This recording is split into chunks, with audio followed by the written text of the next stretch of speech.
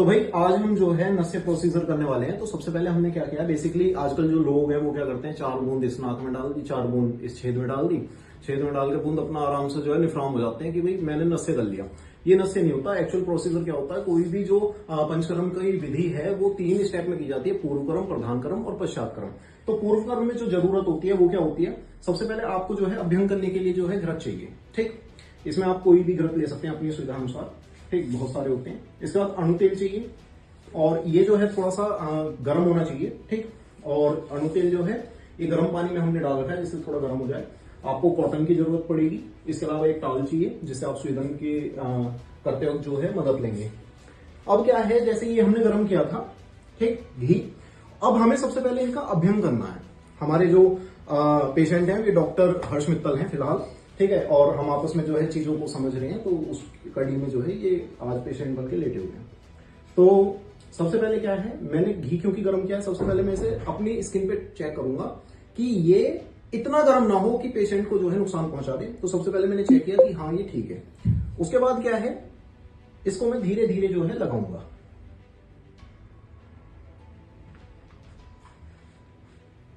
और लगा के एक ऑर्डर में जो है इस लोकल एरिया की जहां पे हम जो है नसें लेंगे मसाज करूंगा।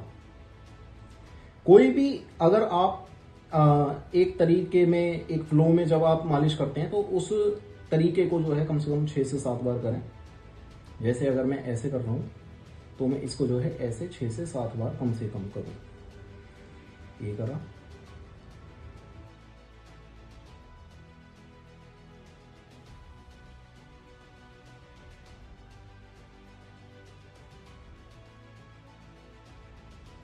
तो अब अभ्यंग करने के बाद क्या है कि अब पेशेंट को जो है हमें जो है स्वेदन देना है। ठीक है, अभ्यंग कर दिया, स्वेदन देना है। तो सबसे पहले हम जो है पेशेंट के जो लोकल एरिया में हमने जहां अभ्यंग करा है उस पोर्शन को जो है पूछ लेंगे कॉटन से आराम से। ये नहीं कि पेशेंट की आंख पूछ रहे हो तो उसकी आंख ही फोड़ दो। बेचारा आया था बीमारी लेके और जा रहा है फूटी आंख लेके। ठीक है, तो अब क्या है कि स्वेदन करेंगे। तो स्वेदन करने के लिए सबसे पहले क्या है कि जो नेत्र है वो आपका पित्त का स्थान है। ठीक, जहां पे आपका आलोचक पित्त पाया जाता है। और इस वजह से क्या है, सबसे पहले हम जो है 2 पैड बनाएंगे कॉटन के। ठीक है, और इनको जो है ठंडे पानी में डिप करके अच्छे से, ठंडे पानी में डिप करके इनको जो है नेत्रों पे रख देंगे। नेत्रों को इनसे ढक देंगे।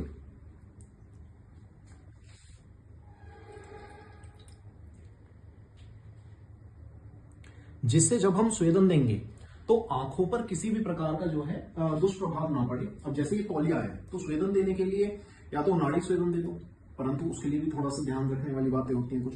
तो हम सबसे इजी मेथड क्या है, एक तौलिया लेंगे, इसको जो है गर्म पानी में, तो ये जो गर्म पानी है इसमें हम सबसे पहले एक तौलिए को डुबाएंगे, जो कि हमने जो है गैस पे किया था, गीजर में नहीं किया क्योंकि ये सुविधा उपलब्ध नहीं थी।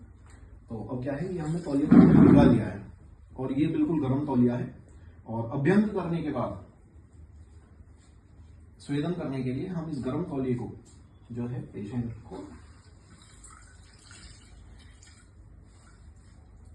थोड़ी देर के लिए ढकेंगे, जिसके लिए हम सबसे पहले अपने पे ट्राई करेंगे, जो कि अभी हम देख पा रहे हैं कि हम इसको सहने योग्य हैं। तो अब हम जो है पेशेंट पे इसे जो है रखेंगे उस पोर्शन में जहां पे पेशेंट का अभ्यंग हमने किया है। और आंखों पे जो है ठंडी पट्टी रखी थी जिससे पेशेंट को आंखों को जो है किसी भी प्रकार का नुकसान ना हो। अब थोड़ी देर के लिए हम इसे इस अवस्था में रखेंगे। तो भाई ये हो गया एक। अब इसके बाद जो है थोड़ा सा फिर से एक बार इसको भिगो के जो है हम इनके पास रखेंगे क्योंकि इनकी इच्छा है। बाकी इसके बाद हम पूर्व कर्म के बाद जो है प्रधान कर्म पे आ जाएंगे। और फिलहाल जो है एक आखिरी बार जो है इनका स्वेदन के लिए ये रख दिया हमने तौलिया ऐसे। तो भाई जैसे कि पूर्व कर्म अब हम कर चुके हैं, अब हम बढ़ रहे हैं प्रधान कर्म की तरफ। तो सबसे पहले पेशेंट जो है इसके गले के नीचे जो है थोड़ा सा हम उठा के ये चद्दर लगाएंगे, उठाओ, और इसके बाद जिससे इसकी गर्दन जो है थोड़ी सी टेढ़ी हो जाए।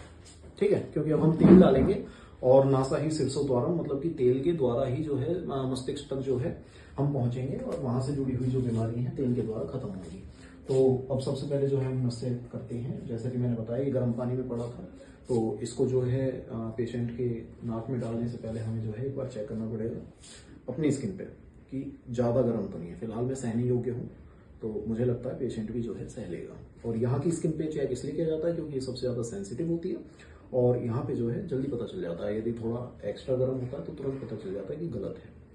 तो अब सबसे पहले तरीका क्या है, एक नाक को हल्का सा बंद करेंगे और एक नाक को ऐसे करके उसमें जो है 3 से 4 बूंद डाल देंगे और उसके बाद अंदर खींचो। ये एक नाक बंद करके पेशेंट से कहेंगे अंदर खींचे। अब दूसरी नाक में जो है 3 से 4 बूंद और उसके बाद पेशेंट से कहेंगे अंदर खींचे। दूसरी नाक बंद कर देंगे। ये इन्होंने अंदर खींची, अब ये थोड़ी देर ऐसे ही लेटेंगे और अपना जो है ये प्रधान कर्म हो गया। फिलहाल ये लेट के जो है तेल को जो है फैलने देंगे। तो जैसा आप देख रहे हैं, अब इस केस में क्या होता है कि सबसे पहले जब हम नशे के लिए तेल नाक में डाल देते हैं तो उसके बाद पेशेंट से कहा जाता है कि भाई आप इस तेल को डालने के बाद जो कफ आपके सर से आपके गले में आएगा उसको निगले ना। उसको निगला नहीं जाता, उसको जो है मुंह के अंदर ही होल्ड रखा जाता है, ठीक है, क्योंकि वो दूषित कफ है।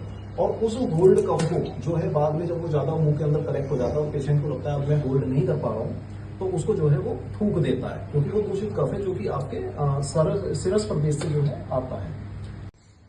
तो जैसा कि आपने देखा, अनु तेल से हमने जो है नशे दिया डॉक्टर साहब को। इसके बाद क्या है, अब ये अपना जो भी कफ इनका संचित हो रहा है कंठ में उसको जो है थूक रहे हैं। और इसके बाद जो फाइनल प्रोसीजर होता है पश्चात कर्म में, उसमें हम ज्यादा कुछ नहीं करेंगे, इनको जो है धूमपान करवाएंगे और उसकी व्यवस्था जो है धूम्रवर्ती द्वारा की जाती है, जो कि अभी उपलब्ध नहीं है, और धूमपान इनको हम बाद में करवा देंगे अलग से।